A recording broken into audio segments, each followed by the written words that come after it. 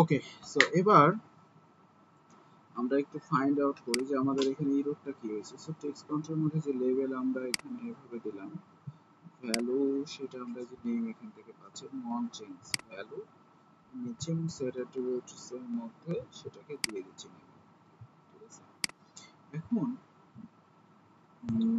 যদি আমরা একটু ইনস্পেক্ট খুলি, দেখেন ইনস্পেক্ট করছি এবং ধরছি, তো এখানে বেশ কিছু আমাদের হচ্ছে যে এরর আসতেছে। এগুলো মেইনলি না, মেইনলি হচ্ছে এখানে দেখেন যে রেফারেন্স এরর একটা আছে, text control is not defined, অর্থাৎ আমাদের এই টেক্সট কন্ট্রোলটাতে প্রবলেম আছে। সো আমরা একটু উপরে যাই, এখানে দেখেন এই যে আমরা যে এখানে টেক্সট কন্ট্রোলটা নিয়েছিলাম সেটা কিন্তু এখানে মিস্টেক করছে, একটু ভুল দিয়েছে। সো আমরা জাস্ট এটাকে কেটে দেব, একটা এল বেশি দিয়েছি, জাস্ট একটা। সো আমরা এবার এই টেক্সট কন্ট্রোলটাকে নিয়েছি। এবার আমরা যেহেতু npm স্টার দেওয়া আছে, আমরা যদি এবার রিলোড দিই, নিচে আসি, এই যে দেখেন আমার এখানে কিছু টেক্সট আমি নিচে দিয়েছিলাম, যেটা ইনস্পেক্ট কন্ট্রোলের নিচে, হ্যাঁ, এটা আমি দিয়েছি।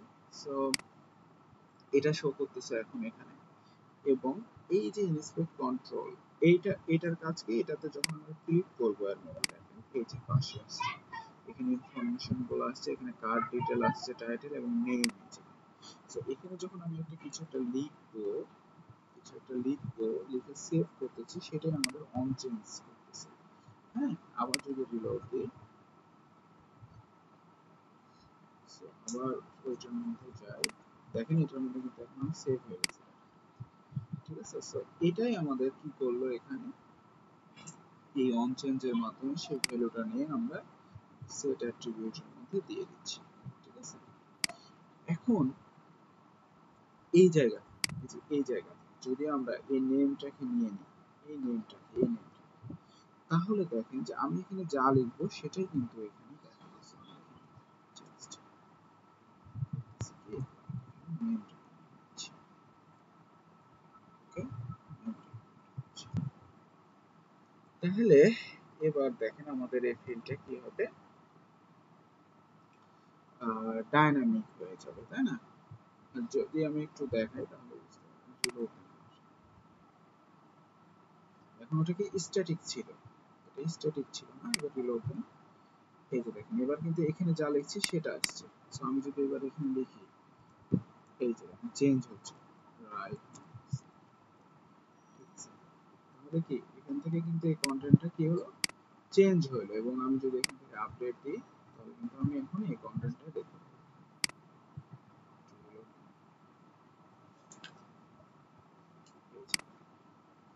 কিন্তু এখন আমার এই জায়গায় কিন্তু এটা শো করবে না,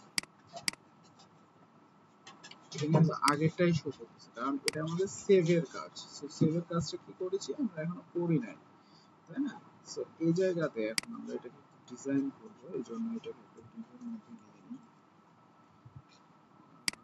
এইটুকুকে আমি এটার মধ্যে দিয়ে দিচ্ছি, এটাকে আমরা একটা ক্লাসের মধ্যে নিব, ক্লাসটার নাম দিচ্ছি কার্ড, ঠিক আছে, সেভ, সেভ দেওয়ার পর আমরা এখানে কার্ড কন্টেন্টটাকে, ক্লাসটা এখানে অ্যাড হয়েছে, ঠিক আছে। So, আমাদের এখানে কার্ড কন্টেন্টটা অ্যাড হয়েছে, এবং এখানে আমাদের আরো বেশ কিছু এখন ফিল্ড আছে, এই যে এবার ঠিক আছে। সো এই হচ্ছে কার্ড কন্টেন্ট, আমরা এখানে কার্ড কন্টেন্ট ক্লাসটাকে আবার যেটা করছি যে পিডি স্টাইলের মধ্যে কিছু ডিজাইন ডিফাইন করছি, এই যে card content s3, card content p, ঠিক আছে, এটা ব্যবহার করা হয়েছে। সো আমাদের এখানে যে যদি ওটা কার্ড কন্টেন্ট h2 নেওয়া হয়েছে, h2 s3 এটাকে দিয়ে দিই, তাহলে আর এটার ডিজাইনটা পেয়ে যাবে s3।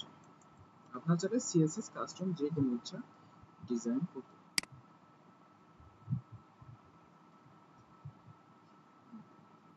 এখন কিন্তু এটার একটা